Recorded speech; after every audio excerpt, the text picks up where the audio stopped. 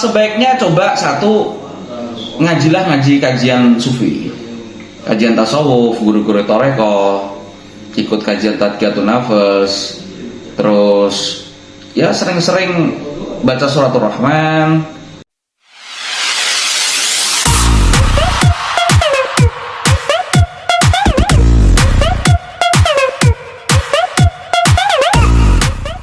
Jika baunya dulu ya. Ada.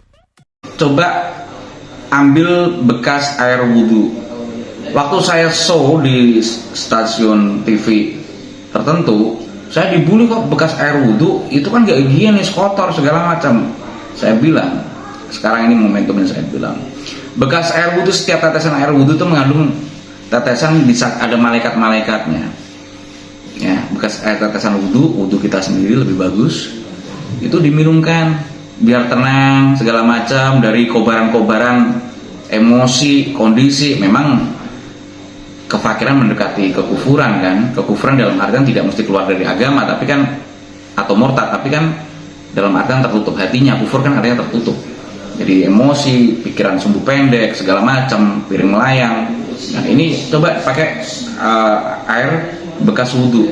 Air bekas wudhu ini biasa dipakai kalangan-kalangan ahli sufi, sering dipakai untuk jadi penyembuh dari, termasuk salah satunya tadi emosi karena krisis ekonomi, karena lagi ekonomi paceklik segala macam. Pakai sarana itu insya Allah lebih tenang.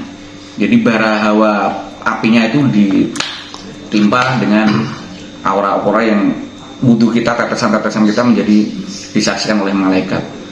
Itu gimana caranya untuk? Caranya biasanya di masjid itu kan ada, kalau masjid yang dulu ya, kalau di Jakarta di Haji Nawi masih ada. Itu masih ada kobangan kolam. Jadi lepas dari toilet itu ada kobangan kolam. Kalau di dalam hukum fikih namanya kulatain, yaitu lebih dari 2 kulah, atau kalau liternya 265 literan. Itu minimal.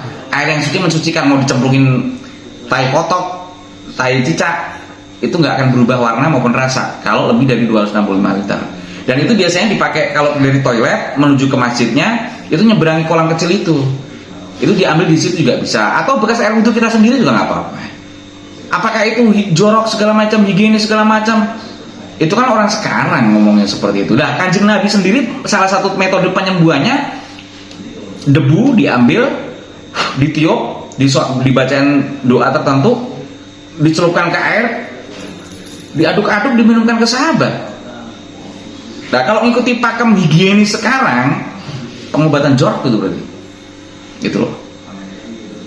Terakhir Gus, untuk si B sama L-nya ini untuk melakukan keindahan berumah tangga, kasih saran Ya, harmonis lagi. Sebaiknya coba satu, ngaji kajian sufi, kajian tasawuf, guru-guru toreko, ikut kajian tadqiyatun nafas, terus ya sering-sering baca suratul rahman segala macam, lebih memahami body language satu sama lain. Karena satu sisi sementara ini pasangan kan hanya pasangan, umumnya hanya pasangan sekedar seksologi saja, pasangan seks aja diranjang, selebihnya ya tidak mengenal hati masing-masing. Perlu namanya body language, memahami karakter, mikro ekspresinya bagaimana, gesturnya lebih diperdalam lagi. Karena banyak yang saya temui orang sudah puluhan tahun membina rumah tangga, membina keluarga, tapi body language-nya, mikro ekspresi, gestur itu buta, blank. Ini penting. Caranya bagaimana? Ya seringlah curhat ketika malam bersama segala macam, sama-sama lah ya tadi mencari guru sufi segala macam, ahli spiritual yang tidak melanggar syariat. Cara seperti itu. Lebih ke tadi ya, hati memanggil hati, jiwa mencari jiwa, untuk menemukan titik temu apakah ini hubungan. Yes, itu hubungan. Tapi kalau nggak hati mencari hati, jiwa mencari jiwa, apakah itu hubungan? No, walaupun masih satu rumah, tapi hatinya udah kemana-mana. Lebih ke situ, karakter lebih difatihai satu sama lain. Oh ya, jadi menurut tradisi kami di dunia hikmah itu harusnya saling memfatihai pasangan dengan pasangan. Contoh, namanya Fulan kan laki-laki, kalau Fulanah perempuan. Suamiku si Fulan, kepada ruhnya Al-Fatihah. Begitu juga perempuannya, suami pada perempuannya, kepada Fulanah atau seorang perempuan Al-Fatihah. Tapi pakai rasa, hadiahi Fatihah untuk menjadi biar terbuka portalnya. Kedua pakai ini rajah tangan kita, yaitu angka Arab, mau Cina, mau Jawa, mau apapun kepercayaan, semua dapat ayat kauniyah ini, ayat alam semesta, yaitu angka Arab, angka 1, ini segitiga angka 8. Bisa di cross check, ini angka Arab, angka 1, angka 8. Bedanya cuma garisnya ada yang bengkok, ada yang enggak, secara umum gitu aja. Ini dalam urutan Asmaul ya Fatah, artinya ya Allah yang membuka. Jadi bukan yang buntu biar terbuka bagaimana, yang ibaratnya itu mental blocks itu bagaimana terbuka bagaimana. Itu salah satunya pakai metode ini. Caranya bagaimana? Ya udah, ketika kita tidur kayak tidurnya para nabi, khususnya Nabi Muhammad, itu tidurnya ini jadi bantal. Saya membaca ya Fatah, ya Fatah, ya Fatah sambil sholawat, ya Fatah sholawat, mohon pada Allah apa hajatnya, gitu loh. Ya untuk keharmonisan dan lain sebagainya, untuk ketenangan hidup. Ketika itu terbawa di dalam alam bawah sadar, dalam siklus mimpi, siklus tidur, insya Allah ya mendapatkan sesuatu. Karena ternyata rahasia tidur itu rahasia luar biasa. Umumnya orang hari ini tidur hanya tidur seperti binatang. Ya tidur aja, berarti waktu saya terpotong selama 8 jam. Kan tidur secara umum katanya 8 jam kan. Padahal dalam tidur ini tidak ada yang sia-sia. Allah menciptakan termasuk tidur itu tidak ada yang sia-sia. Cuma bagaimana kita mengeksplornya. Ya ternyata salah satunya metodenya begitu, tidur. Makanya kenapa para nabi itu dalam tidur mendapat wahyu, para wali mendapatkan ilham. Tidurnya nggak sia-sia walaupun tidur. Bahkan nabi fisikku tidur, hatiku terjaga.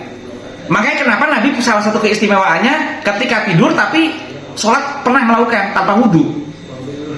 Nah umumnya manusia kan enggak, umumnya kita kayak saya ini.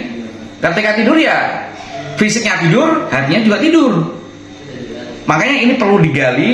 Kita perlu gali lagi hasanah yang adiluhung ini untuk kita gali tadi, bagaimana tidur itu bermanfaat termasuk untuk masalah rumah tangga, gitu loh. Terus berhubungan seks juga begitu dalam Islam, yang bersuami istri ya, bagaimana berhubungan itu metodenya. Sebelum berhubungan melakukan sesuatu, baca surat Yusuf atau apa, lakukanlah itu. Insya Allah kalaupun jadi benih itu jadi menjadi sebuah anak yang betul-betul solih dan solihah. Tapi dengan rasa. Hari ini orang membaca sampai sebatas tenggorokan, termasuk membaca Quran. Ini saya kritisi, tidak sampai kerasa. Padahal metode terbaru, ketika manusia mati, ini sudah akal segala macam, otak ini mati semua. Tapi beberapa menit jantung masih detak, tek, tek, tek.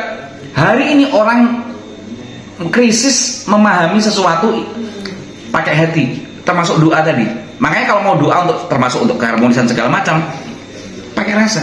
Termasuk apalagi lah dengan pasangan kita. Itu baca doa itu untuk keharmonisan segala macam. Insya Allah dapat feelnya. Oh, cakep. Oke. Makasih Gus. Makasih Gus. Ya.